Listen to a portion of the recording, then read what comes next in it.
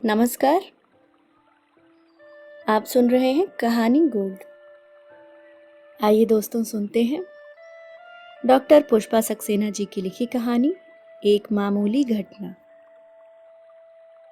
Car के बाईं ओर मुड़ते ही संध्या को लगा था सामने वाले कोने में मोटरसाइकिल के साथ खड़े लड़कों ने जैसे आपस में कोई इशारा किया था। एक लड़के ने सब ठीक का संकेत देते हुए शायद अंगूठे से ओके कहा था। कार के पीछे आती मोटरसाइकिल देख न जाने क्यों संध्या का हृदय धड़क उठा। थोड़ी देर में वस्तु स्थिति स्पष्ट हो गई थी। मोटरसाइकिल पर सवार युवक निश्चय ही उनकी कार का पीछा कर रहे थे। धीमे से संध्या ने पति से कहा था, सुनो, लगता है ये मोटरसाइकिल हमारा पीछा कर रही है। तुम्हें यूं ही व्यर्थ का शक हो रहा है। ये रास्ता किसी और का भी तो हो सकता है। रविंद्र ने बात टालने की कोशिश की थी, पर सामने लगे शीशे में आ रही मोटरसाइकिल की छाया ने मानो उन्हें भी सचेत कर दिया था। संध्या, तुम अपने ऑर्नामेंट्स उतार कर पर्स में रख लो। पूजा बेटी, तुम पीछे सीट पर लेट जाओ ताकि तुम्हारा सिर न दिखाई दे। पति के निर्देश सुनते ही संध्या का हृदय जोरों से धड़कने लगा था। कांपते हाथों से चेन और सोने की चूड़ियां उतार पर्स में डाल ली। हे भगवान, रक्षा कर। संध्या ने भयभीत दृष्टि पीछे की सीट पर बैठी पुत्री पूजा पर डाली थी। प्रायः शाम होते ही उस छोटे शहर की बिजली कई घंटों को कट जाया करती थी। रात का अंधकार पहले ही आतंकित किए था। उस पर पीछा करने वाले युवकों का मकसद भी अज्ञात था। रविंद्र ने कार की गति तीव्र कर दी थी।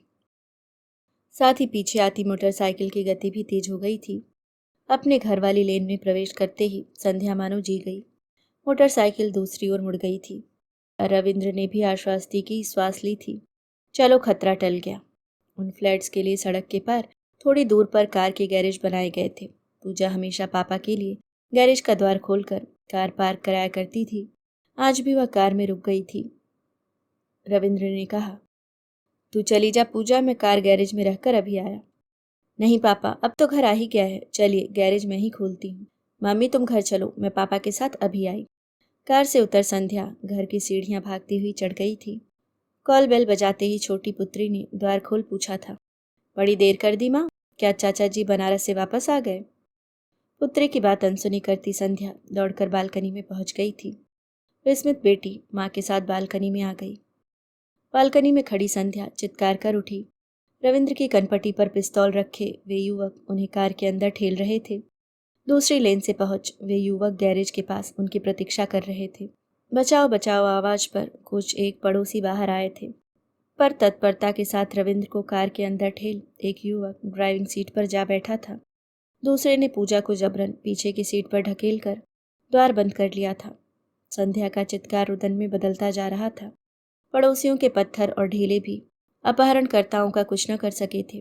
पूजा का मम्मी मम्मी का अंतर्नाद छीड़ होता गया। कुछ पड़ोसी दौड़कर पुलिस थाने फोन करने गए।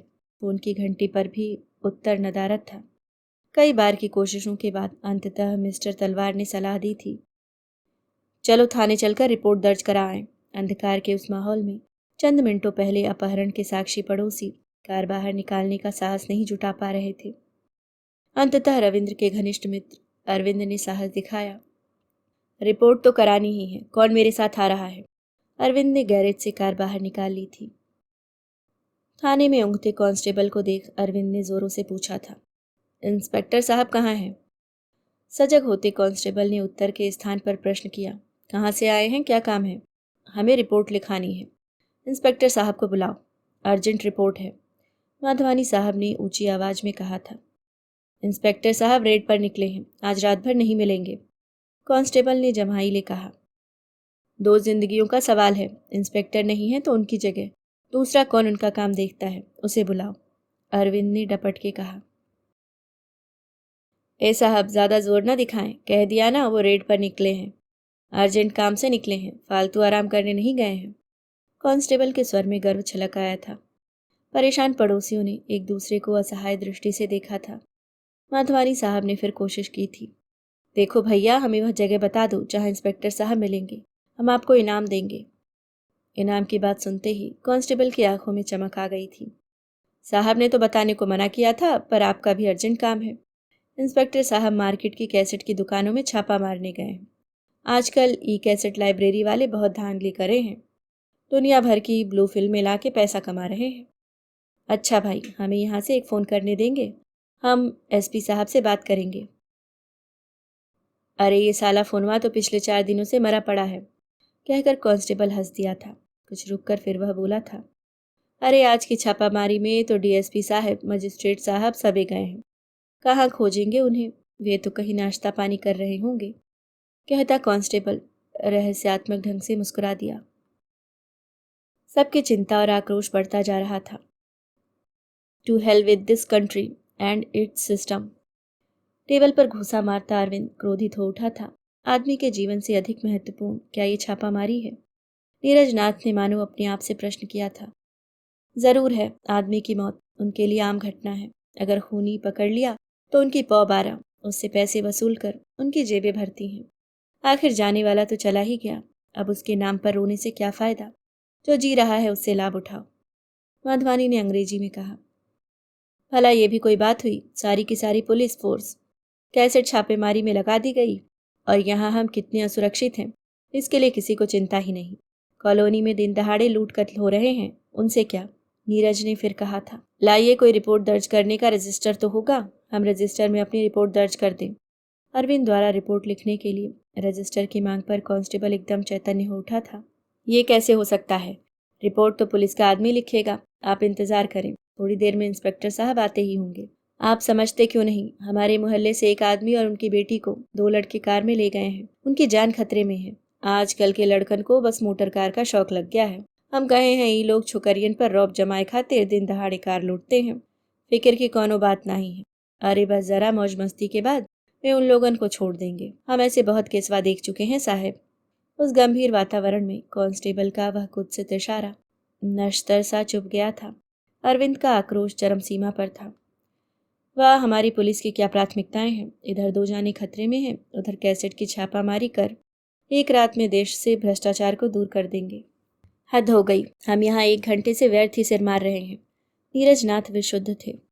चलो कमिश्नर के घर चलते हैं, थककर अरविंद ने कहा था। पर उनके घर जाकर भी हम क्या कर सकेंगे? यहाँ तो कोई निर्देश सुनने वाला है नहीं।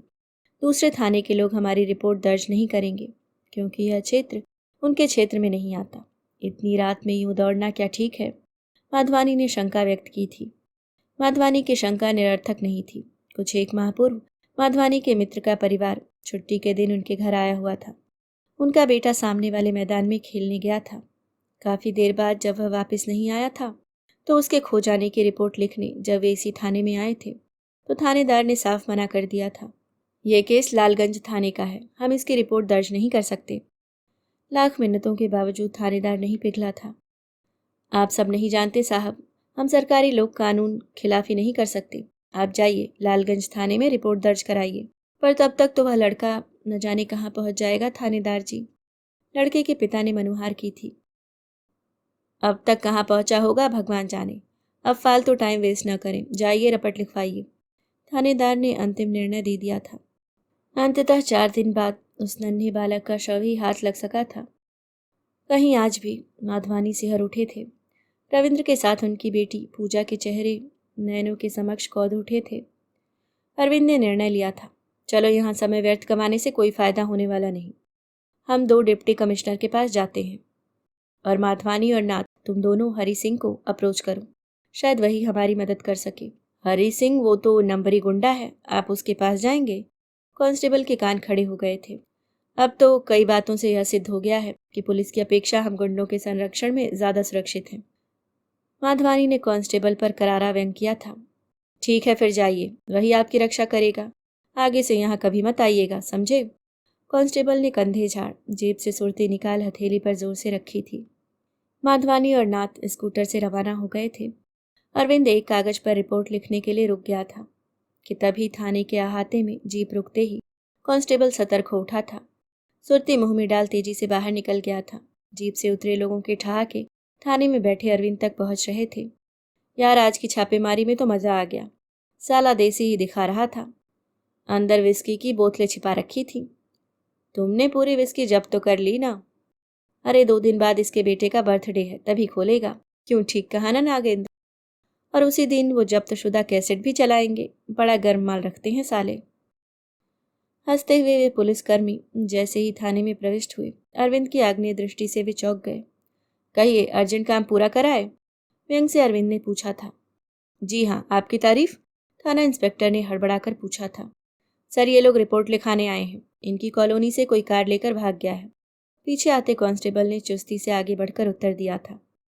आजकल कार की चोरी बहुत बढ़ गई है। क्या नई कार थी? घटना मामूली जान। इंस्पेक्टर ने शांति की सांस ली थी। बात सिर्फ कार की नहीं है इंस्पेक्टर, उसके साथ 2 जीवन जुड़े हैं। पता नहीं वे अब जीवित मिलेंगे भी या नहीं। आप लोग अर्जेंट काम के लिए निकले थे। ये घटना तो मामूली सी है, मात्र 2 जिंदगियों का ही तो प्रश्न है। आक्रोश से अरविंद का स्वर थरथरा उठा था। कुर्सी पर बैठते इंस्पेक्टर ने अरविंद को बैठने का संकेत दिया था। आदेशात्मक स्वर में कांस्टेबल को डांट पिलाई थी। साहब की खबर हमें क्यों नहीं की गई? वो साहब, आप अर्जेंट काम पर गए थे सो बता दिया था। कांस्टेबल हकला रहा था। इडियट, फोन नहीं कर सकता था? इंस्पेक्टर ने फिर डांटा था। आपका फोन तो पिछले कई दिनों से खराब है। अरविंद ने बीच में रोका था। ओह, देखता हूँ, यहाँ अक्सर तार ढीले हो जाते हैं। ये देखिए, जंक्शन बॉक्स का ये स्क्रू ढीला हो गया था, इसलिए फ़ोन काम नहीं कर रहा था। ए रामदीन, ज़रा स्क्रू ड्राइवर से इस पेंच को कस दो। थोड़ा देखना चाहिए कि फ़ोन काम काहे नहीं कर रहा। इंस्पेक्टर ने तार कांस्टेबल को पकड़ा दिया था। हाँ, तो बताइए, घटना क्या है? वारदात कब, कैसे, किस समय हुई? वारदात के पूरे 1.5 घंटे बाद इंस्पेक्टर ने रिपोर्ट दर्ज करने की प्रक्रिया शुरू की थी। अरविंद के मुंह खोलने के पहले ही फ़ोन घनघना उठा। तत्परता से इंस्पेक्टर ने फ़ोन कान से लगाया था। उधर से आती सूचना निश्चय ही गंभीर थी। इंस्पेक्टर के मुख का रंग बदलता जा रहा था। ओके, हम अभी पहुंच रहे हैं। आप कौन है, कहाँ से बोल रहे हैं? Hello hello. पर उधर वाले ने फ़ोन डिस्कनेक्ट कर दिया था। माथे पर चुहचुहा आई पसीने की बूंदों को रुमाल से पोंछता इंस्पेक्टर लगभग खड़ा हो गया था। क्या हुआ इंस्पेक्टर, कोई खास खबर? दिल अरविंद का भी तेजी से धड़क रहा था। किसी अज्ञात व्यक्ति ने सूचना दी है, पुराने नाले के पास 2 शव फेंके गए हैं। शव में शायद एक लड़की भी है। मुझे फौरन जाना है। सॉरी। अब क्यों जाना है, कहाँ जाना है इंस्पेक्टर? मुर्दे बोल नहीं सकते। उनकी तो बस शिनाख्त की जाती है और मैं यहाँ से ही उनकी शिनाख्त कर रहा हूँ। एक शव है मिस्टर रविंद्र वर्मा का और दूसरी उनकी पुत्री पूजा वर्मा का। पर यह भी तो हो सकता है ये शव किसी और के हों। जब तक देख न लिया जाए। इतनी देर से यहाँ इस थाने में जो देख सुन रहा हूँ, उससे तो मुझे यही आश्चर्य है कैसे हम आज तक सुरक्षित रह सके हैं। मुझे पूरा विश्वास है अब इस शहर में आपका जीवन और अधिक शांतिपूर्ण हो जाएगा, क्योंकि भविष्य में हम आपसे नहीं, हरि सिंह से सहायता लेंगे। Thank you very much inspector. Inspector के आवाक मुख पर तेजी से थाने का द्वार बंद कर जलती आंखों के साथ अरविंद बाहर आ गया था। अभी आप सुन रहे थे पुष्पा सक्सेना जी की लिखी कहानी एक मामूली घटना।